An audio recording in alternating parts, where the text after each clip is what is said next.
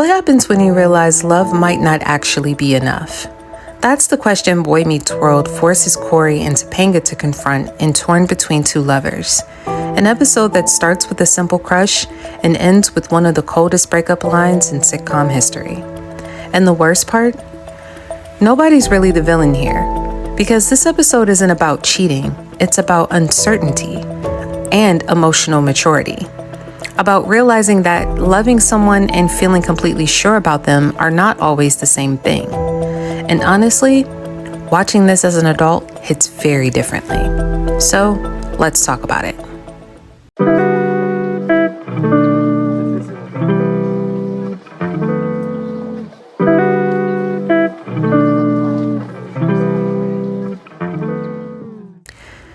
We open with Cory and Shawn catching up on the fallout from the ski lodge situation, and the tension is still sitting heavy over everything. Lauren kissed Cory, then she wrote him a letter afterwards.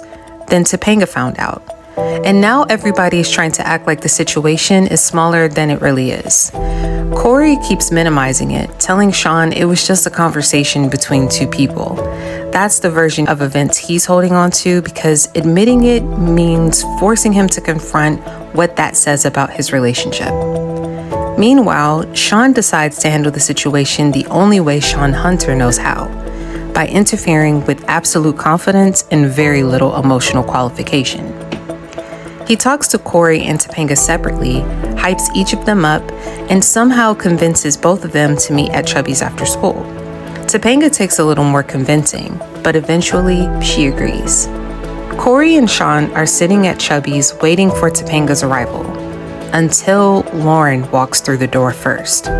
Cory tries to shoo her away before Topanga walks in shortly after. The atmosphere shifts immediately. Topanga is ready to leave on sight, telling Shawn that this moment was strike 3 for her, which is completely understandable. Cory tries to stop her, but before she walks out, she says something that changes the entire episode. She tells him to stay, to spend real time with Lauren, to stop avoiding the question and figure out what he's actually feeling. Most importantly, she leaves the choice entirely up to him. Then she walks away before Cory can argue with her decision. And from this point forward, the episode stops being about the kiss itself and starts becoming about certainty. And by the way, if you've been enjoying these deeper TV breakdowns and somehow haven't subscribed yet, which a lot of you guys probably don't realize you haven't, go ahead and hit that button. We're building a whole little living room for people who love character analysis, nostalgia, messy relationships, and emotionally devastating sitcom episodes, apparently. All right, let's jump back in. Back at home, Cory talks everything through with Alan, Amy, and Shawn while his parents put away groceries in the kitchen. What makes the scene work so well is how grounded it feels. Nobody's yelling, nobody's panicking. It feels like a family trying to navigate a complicated situation in real time. And instead of immediately telling Cory what he should do, Alan and Amy encourage him to go spend time with Lauren and sort out his feelings honestly. Then the episode slips in one of its most important conversations. Alan mentions that Amy once gave him space to explore feelings for someone else when they were younger. And Amy quickly responds that if that had actually happened, they probably would not still be together. Compassionate yet frank, Amy tells her son something he hasn't learned yet. Attraction and temptation are inevitable. The real test is what you choose to do once those feelings show up. Then Lauren arrives to pick up Cory, and her presence changes the energy of the room immediately. She doesn't come in defensive or awkward. She keeps things light, warm, and easy despite walking into a situation loaded with emotional tension. By the end of the scene, even Cory's parents admit that they like her, and Shawn reluctantly agrees, which only makes Cory's situation more complicated. This is where the episode slows down and allows the emotional conflict to breathe. Cory and Lauren spend the afternoon together at the park doing nothing particularly extraordinary, and that's exactly why the scene works. Everything between them feels natural. The conversation flows easily, the chemistry feels effortless, there's no emotional history weighing every interaction down. For the first time in a while, Cory looks relaxed. Then it starts raining. Cory immediately wants to leave, but Lauren stops him and encourages him to enjoy the moment instead of running from it. She throws her jacket over his head, teases him, and the two start joking around in the rain like kids. Then the mood shifts again. Lauren notices Cory still has something weighing on him underneath all the laughter. She asks him if he's having fun with her. Cory admits that's exactly what scares him. And that's the emotional center of the episode. Not the kiss or the letter. The fear of realizing that connection with someone else can feel easy when your relationship feels heavy. Because sometimes the most complicated emotional situations are not built around toxicity or betrayal. Sometimes they happen because somebody unexpectedly makes you feel lighter. After the date, Cory heads back to Shawn's apartment, and the episode gives us one last comedic breather before everything falls apart.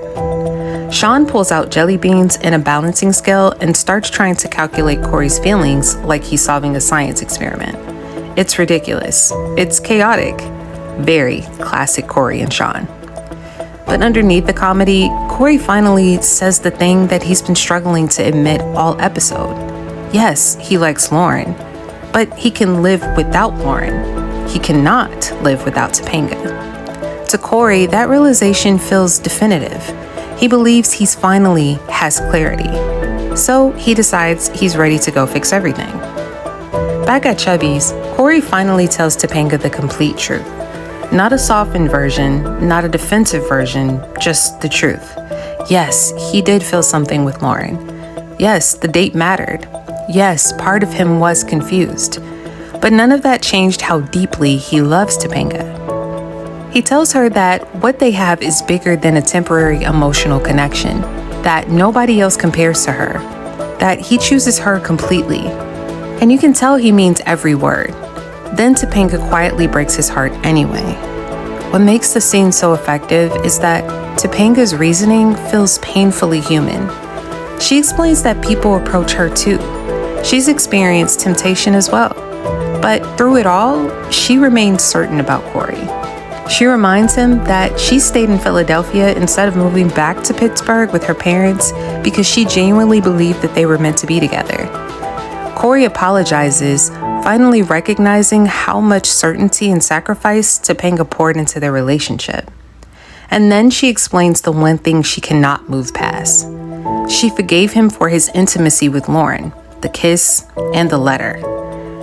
But what hurts most is that Cory needed to spend time with someone else in order to figure out how he felt about her. That's the part that broke something for her. Cory immediately pushes back and reminds her that going on the date was her idea in the first place. And Topanga hugs him gently, but firmly responds with one of the most devastating lines in the entire series. Yes, but you chose to listen. Then she leaves without a goodbye and walks away just as Shawn walks in. Shawn looks confused, asking Cory if things are going to be okay. And Cory responds, "No, it won't be."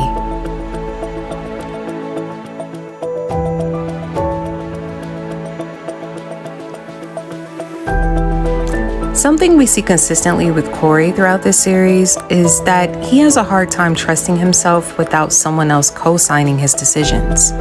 His parents, Shawn, Topanga, there's almost always someone he's leaning on to tell him what to do or how to feel. But when Lauren comes to pick him up and his parents sit with the discomfort of the moment and still say go, that's meaningful. Because what they were really saying is, this is your life, and you are getting older, not younger. At some point, the people who you love can't make your choices for you. It takes courage to move in your own truth, especially when that truth might disappoint someone or hurt someone in the process. But the alternative, always choosing the path of least resistance to keep the peace, has its own cost. And no one will carry the weight of your unresolved choices longer than you will. This episode pushed Cory towards something he genuinely needed, the ability to trust himself.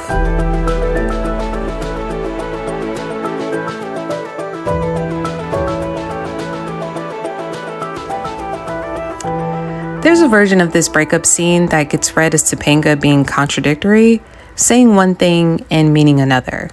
And I want to push back on that a little because I think what she did was actually more emotionally sophisticated than that. When Topanga told Cory to go spend time with Lauren, she wasn't setting a trap. She was giving him the space to do whatever he needed to do. What she couldn't live with was something more specific. Cory telling her that he needed to go on that date to confirm how he felt about her. That's the part that broke something. Because Topanga, through her own temptations and doubts throughout this season, stayed loyal. She stayed certain. She didn't waver. And what Cory communicated, even unintentionally, was that her love alone wasn't enough evidence for him. That he needed more data. That hurt isn't irrational. It's actually very human. She wasn't asking for perfection. She was asking for the same level of certainty she had already given him. That's not a test. That's reciprocity.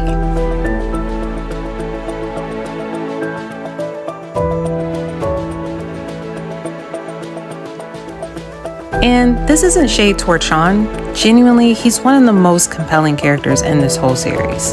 But Shawn is a teenager carrying circumstances most adults couldn't manage.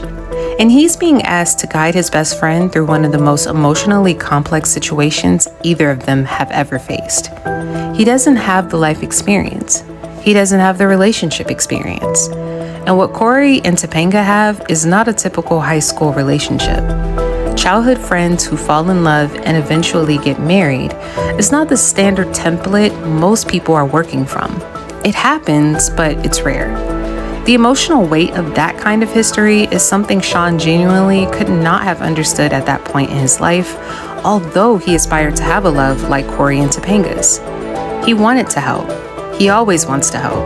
But wanting to help and actually being equipped to are two completely different things. And that gap matters. At the end of the day, this episode isn't really about Lauren. Lauren was just a mirror.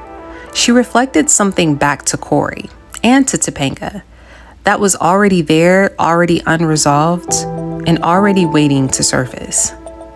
What this episode is really about is what happens when two people who genuinely love each other haven't yet learned how to love themselves well enough to show up for each other the right way. Cory hadn't found his own voice yet. Topanga hadn't figured out how to communicate what she actually needed instead of what she thought she was supposed to say. And Shawn, as loyal as he is, couldn't fill the gap for either of them. Boy Meets World gets called a feel-good show, and it is. But episodes like this are the reason it lasted, because it wasn't afraid to let things be messy. It wasn't afraid to let two good people hurt each other. And it trusted its audience to sit in that discomfort without wrapping it up too neatly. Cory and Topanga aren't done. We all know that. But this breakup mattered. It needed to happen. Because sometimes the love isn't the problem. It's everything around the love that needs work first. That's the lesson. And honestly, it's just as hard now as it did in 1998.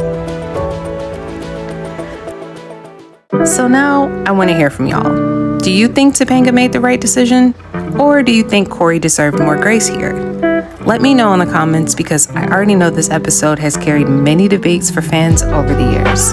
And if you enjoyed this breakdown, make sure you subscribe, like, and comment for more deep dives into the TV shows, movies, and nostalgic moments that raised us, wrecked us a little, and somehow still have us in our families decades later.